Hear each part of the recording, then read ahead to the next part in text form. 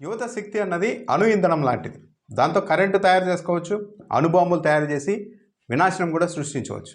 కానీ ఆ అణు ఇంధనం ఎవరి చేతుల్లో ఉంది, ఏ దేశం చేతిలో ఉంది, ఏ ఉగ్రవాద సంస్థల చేతిలో ఉంది అన్నదాన్ని బట్టే దాన్ని ఎలా వాడాలి అన్నది నిర్ధారణ అవుతుంది. పవన్ కళ్యాణ్ చెప్తున్నారు, డిప్యూటీ సీఎం పవన్ కళ్యాణ్, ఉపాధి ఉద్యోగ అవకాశాలు కల్పించడానికి చాలా టైం పడుతుంది. ఇలాంటి ఫంక్షన్లు లేకపోతే ఈ యూత్ అంతా ఎనర్జీ ఏం కావాలి, కనీసం సినిమాలు చూసి చొక్కాలు చించుకోకపోతే, సైలెన్సర్లు తీసేసి బైకులు నడపకపోతే ఈ ఎనర్జీ అంతా ఏం కావాలి, ఎక్కడికి వెళ్ళాలి అని మాట్లాడారు. కనీసం స్టంట్ స్కూల్ పెట్టండి అని పిలుపునిచ్చారు ఆయన, ఒక డిప్యూటీ సీఎం. ఇప్పుడు ఉపాధి ఉద్యోగ అవకాశాలు కల్పించడానికి కాస్త ఆలస్యం అవుతూ ఉంటే, యూత్ అన్నది ఎనర్జీతో పొంగిపోతూ ఉంటే దాన్ని సరైన మార్గంలో పెట్టండి అని డిప్యూటీ సీఎం చెప్పాలి. యోగా చేయండి, మీకు ఇంకా బాగా ఉండాలి, మనశ్శాంతిగా ఉండాలి, ఎనర్జీని తప్పుడు మార్గంలో వెళ్లకుండా ఉండాలంటే దాన్ని కంట్రోల్ చేయడానికి ఫోకస్డ్గా ఉండండి, ధ్యానం చేయండి, యోగాలు చేయండి, ఇలాంటివి చెప్పాలి. అలా కాకుండా చొక్కాలు దించుకోండి, సైలెన్సర్లు ఇప్పేసి తీసేసి బైకుల్లో తిరగండి అని చెప్తూ ఉన్నారు. ఇప్పుడు ఒక వ్యక్తికి పెళ్లి కావడం ఆలస్యమైంది అనుకుందాం, అతనికి కూడా ఎనర్జీ ఉంటుంది. మరి అఘాయిత్యాలు చేయొచ్చా?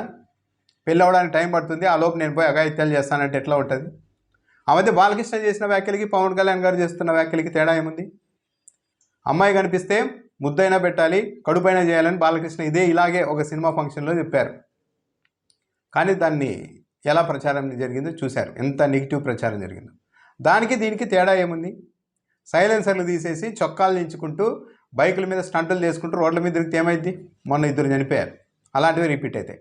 ఒక డిప్యూటీ సీఎంగా, ఒక నటుడుగా అయితే పక్కన పెడదాం, ఒక డిప్యూటీ సీఎంగా కూడా ఉంటూ ఇలాంటివి చెప్పేది. మేము ఉద్యోగ ఉపాధి అవకాశాలు కల్పిస్తాం, మీరు అందుకు సంసిద్ధంగా ఉండండి, స్కిల్స్ పెంచుకోండి, ఏదైనా ఒక ఉపాధి ఉద్యోగం కోసం అవసరమైన స్కిల్స్ పెంచుకోండి, కావాలంటే ప్రభుత్వం నుంచి ఏదైనా సపోర్ట్ ఇస్తాం అని చెప్పాలే కానీ చొక్కాలు తీసుకోకపోతే, సినిమాలు చూడకపోతే, సైలెన్సర్లు తీసేసి బైకులు నడపకపోతే ఈ ఎనర్జీ అంతా ఏమైపోవాలి అని అంటూ ఉన్నారంటే మొత్తం యూత్ని అంతా తప్పుదారి పట్టించడం కదా. పిల్లలు ఆ సినిమాలు అంతా ఇట్లా బైకులు వేసుకొని ఆ ఫంక్షన్లకు వచ్చి వీళ్ళంతా ఎవరు? ఒక 16 ఏళ్ళ నుండి 18 ఏళ్ళు 20 ఏళ్ళు లోపు ఉన్న వాళ్ళే. 20 ఏళ్ళు దాటిన తర్వాత ఎవరు అలాంటి పనులు చేయరు. ఇంకా 25 దాటిందంటే ఇంకెవరు చేయరు. అంటే తెలిసి తెలియని వయసులో వాళ్ళ దృష్టిలో హీరోలు అంటే ఏదో దేవుళ్ళు. యాక్చువల్లీ హీరోలు కూడా మామూలు మనుషులే, కానీ ఇలాంటి వాళ్ళ దృష్టిలో మా హీరో అంటే ఒక దేవుడు. ఇక పవన్ కళ్యాణ్ గురించి అయితే ఆయన డిప్యూటీ సీఎం అయ్యి ఆయన చెప్పే మాటలు, ఆయన ఊగిపోయే విధానం అంతా చూసిన తర్వాత ఫ్యాన్స్ ఉన్నారు ఆయనకి. ఏది? పిల్లలంతా 16 ఏళ్ళ నుంచి 20 ఏళ్ళ లోపు ఉన్న వాళ్ళంతా.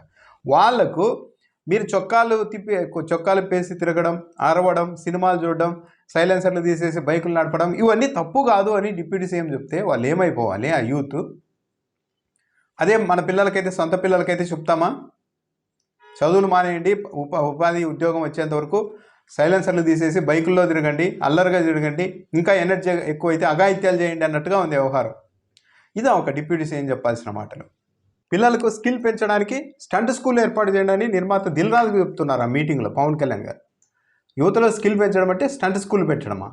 సైలెన్సర్లు తీసేసి బైకులు ఎలా నడపాలి, ఒక చక్రం మీద బైకుల్ని పైకి ఎలా లేపాలి, ఇవా ఒక డిప్యూటీ సీఎం చెప్పాల్సిన స్కిల్స్? ఈ మాటలు వెనక్కి తీసుకోవాలి. ఉందాక సరే ఫ్లోలో మాట్లాడేసి ఉండవచ్చేమో, కానీ ఇవైతే చాలా దారుణం, సమాజం మీద చాలా చాలా నెగిటివ్ ఇంపాక్ట్ చూపుతాయి. పుష్ప సినిమా గురించి కామెంట్ చేశారు, ఏదో ఎర్రచందనం స్మగ్లింగ్ గురించి, దాని గురించి. మరి ఈ వ్యాఖ్యలు ఏంటి?